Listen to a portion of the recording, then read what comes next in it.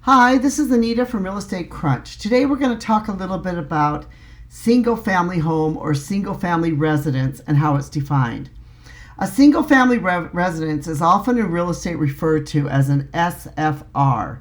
It's a dwelling unit that contains one housing unit designed for the occupancy of one single family.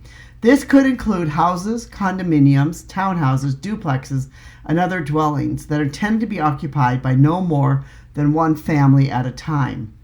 So, single family residents can also have garage, patios, balconies, and other common areas. Where this gets confusing is how different states may actually classify this. But this is from the FHA defines a single family residence as a single family home is classified as an individual unattached dwelling structure for the purpose of an FHA loan. It is an owner's occupied home, which means that the borrower must intend to use the home as their primary residence. So, an FHA, it defines the single family home as a single home, which means it has its own land. So different laws, though, can define it differently. So this is why is it important to understand? You might ask yourself, well, why do I need to understand this? Because understanding the definition of a single family residence when buying or selling real estate property is essential because it can affect the type of mortgage loan you can qualify for and other things such as taxes. For example, buying a single family home with a conventional loan gives you more flexibility with the loan terms. Additionally, certain taxes may apply to a single family home that do not apply to other dwellings. But here's where the problem is that each state can have their own definition of a single family home. As we've talked about many times before, if you've been listening to me about real estate, in particular, that real estate can really differ from state to state and jurisdiction to jurisdiction. This is what makes real estate very complicated. It is also why real estate agents are certified by state or by location and not like one blanket, you can be a real estate agent for anywhere in the United States. No, especially in the United States. It's only by state that you're allowed to be board certified. For example, a condominium in one state may be considered a single family residence. In another, it may not. Some states may define a condominium as a single family home, but only if it meets specific requirements as defined by the state. So where do you find out how your state defines a single family home?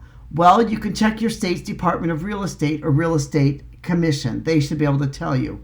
You should consult with a real estate attorney. A real estate attorney should be able to tell you exactly how the state defines a single family residence. You can check your state's banking department or consumer finance. They should be able to tell you because, as we said before, how it's defined can make a difference by exactly what type of loan you're able to get or how the bank looks at the loan itself. This is why it's important for you to understand exactly what is a single family residence as defined by the law.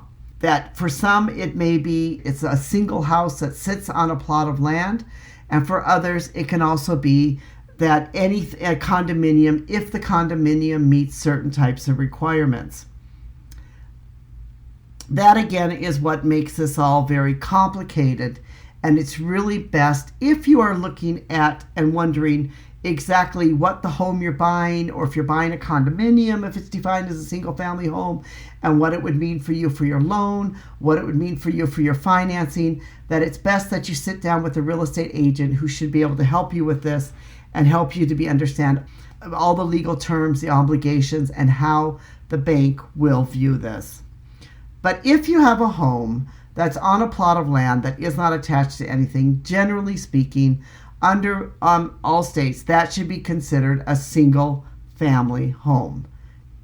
So the main question will arise that if you have a condominium and how the state will look at that condominium that you have. This is Anita from Real Estate Crunch. Thank you so much for listening. We really do appreciate you, our listeners. If you've enjoyed this little few minutes where we talk about real estate, we hope you give us a thumbs up, that you will continue to listen to us, tell others about us, recommend us to your friends, families, and others. We appreciate you being part of our community. Thank you.